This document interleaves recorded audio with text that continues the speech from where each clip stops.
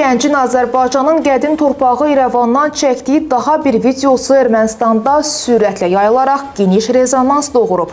Bundan əvvəl də Türkiyəli bir gənc Azərbaycan ləhcəsi ilə İrəvanın mərkəzindən Türk dünyasına mesaj göndərmişdi. Türk gənc bu dəfə də şəhərin mərkəzindən canlı yayım açaraq bunları deyib. Azərbaycanın qədim torpağı İrəvandan bütün Türk dünyasının Novruz bayramı münasibəti ilə təbrik edirəm.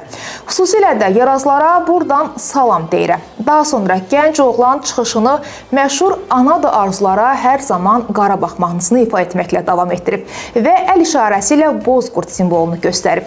Bütün bunlar Ermənistanda isterik reaksiyalara səbəb olub. Bəzi erməni sosial media istifadəçiləri İrəvanda necə belə bir şey baş verə bilər deyə sual veriblər. Sosial mediada yayılan xəbərlərə görə Ermənistanın hüquq mühafizə orqanları bu gəncin kimliyini müəyyənləşdirmək üçün hərəkətə keçiblər.